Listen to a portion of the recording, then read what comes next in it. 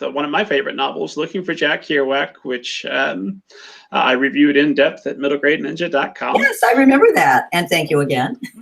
What can you give kind of our viewers just a brief summary of what the novel's about? Yeah, the novel is about a kid named Paul who lives up near where I grew up near Chicago in the Calumet region. And he's a football player. He's a good kid. He's never had any problems. He goes to New York in the beginning. It's 1964. He goes to New York on a class trip at the beginning of the school year, and he's just totally gobsmacked when he gets to New York. He's never seen anything like it. He falls in love with New York. And while he's there, he goes to Greenwich Village, ditches his girlfriend, goes to Greenwich Village, and discovers Jack Kerouac's On the Road. So he is completely in love with this book. And so he comes home and things are not so good with his girlfriend because suddenly he's, the world is opened up for him. And then in an unfortunate turn of events, his mother becomes very ill and his life really just is turned upside down. And so there's a kind of a weird story behind this book for me, because I got the idea from a friend of mine, Skip Barry, who was thinking about, it was his idea, and he was thinking about doing it as a screenplay. And when he told me about it, I said, wow, that's a cool idea. Could I use it if you don't want it? And, I was kidding. And he's, yeah, sure. And then a couple of years later, he said, I'm not going to use that idea. You can have it if you want it. So I started working on it, and I just couldn't get it. I couldn't get it to work. And so I put it away. And then, very sadly, one of my sisters was diagnosed with terminal brain cancer. She had 2 sons who were the ages of the boys in that book. And after she died, you can imagine it was a pretty horrible period of time. And were the boys a similar age to the boys in the book? Yeah, exactly the same age, actually. And so not long after she died, I had this weird moment where I suddenly saw my sister in my mind's eye, and I thought, she's the girl. And then after I thought that, I started thinking, what if what happened to my nephews happened to the boy in the book? So that the book then becomes not just a road trip book, which it sort of was before, and it was not very interesting. It's pretty predictable, but it becomes a road trip fueled by grief, right?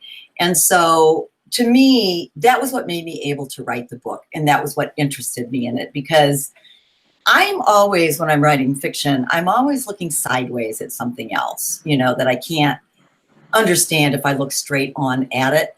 And so what I was looking at was what that must have been like for my nephews.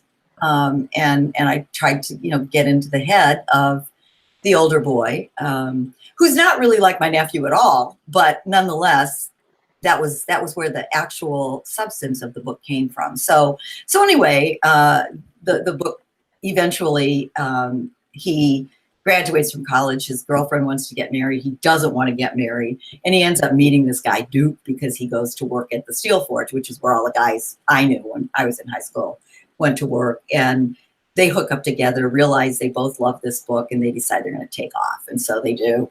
And they find Jack, who was a wreck. I'm not really a Kerouac fan, or I wasn't. But when I did the research on him, I became really fascinated by him and by his life, and by how he really was not the person people thought that he was. He was shy. He was kind of tender-hearted, and he didn't really know how to handle that fame, and it really ruined him. So by the time 1964 came along and my character discovered him, he was living in Orlando, Florida, in this crappy little house with his mother, they were both crazy. And they were alcoholics, yeah? They were alcoholics. He died of alcoholism a few years after that. And so I not only, when I changed the sort of focus of the book, I had to think about what Kerouac could say to him, what he could say to my character, Paul, because it was going to be a different kind of thing that Paul sort of wanted from him. So all in all, it was a very interesting book to write that way. And the thing that Kerouac ultimately says to Paul is really what I needed to hear myself, which is essentially, you don't ever get over that. How could you get over that, right? And that's kind of what frees him up to move on with his life. So it was really an interesting book to write. I like it. You had me in tears by the end of this. Aw. Oh, we'll be fine. But that was that was kind of a way for you to process. It was a way for me to process. But through a character with a different relationship. Yeah. I always think of it as sideways. I'm always doing that.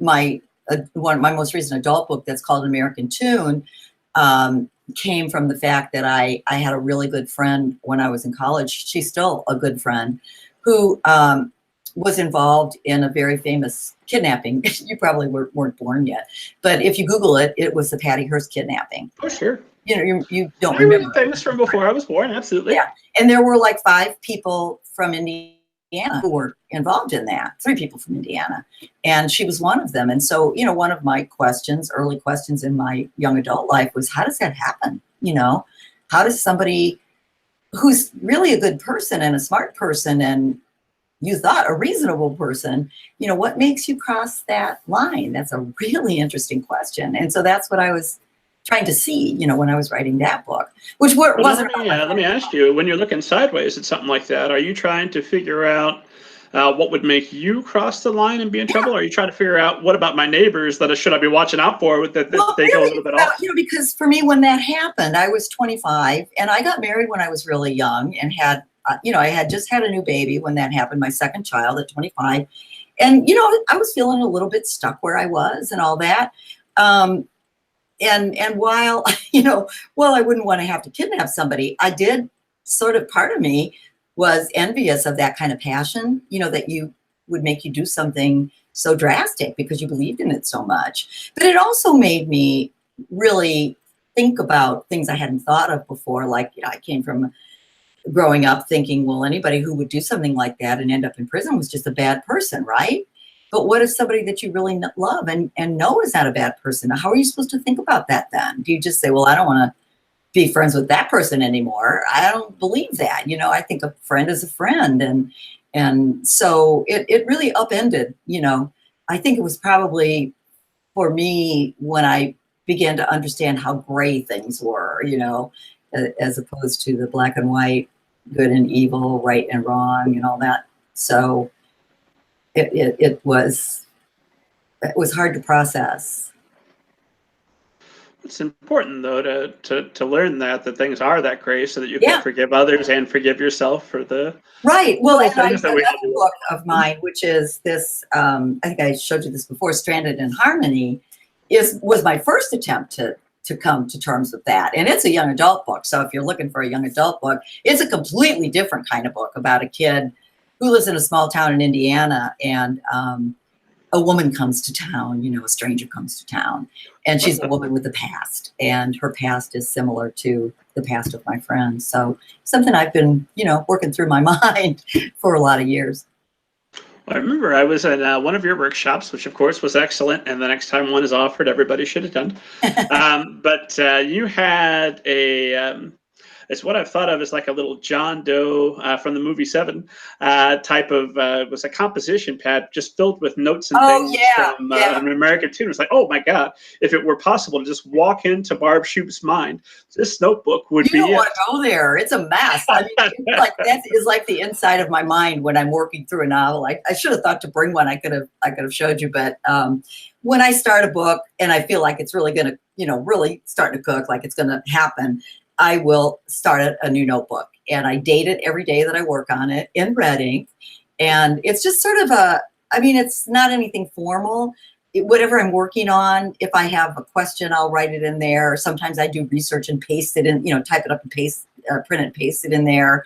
I do timelines and calendars and outlines, and if I'm looking for a character's name, you'll see a bunch of names, where I'm trying to figure out what to name them. So it's just a place for things to be, that's helpful to me. If it makes it feel grounded, if I didn't write it down, I wouldn't remember it if I needed to remember it.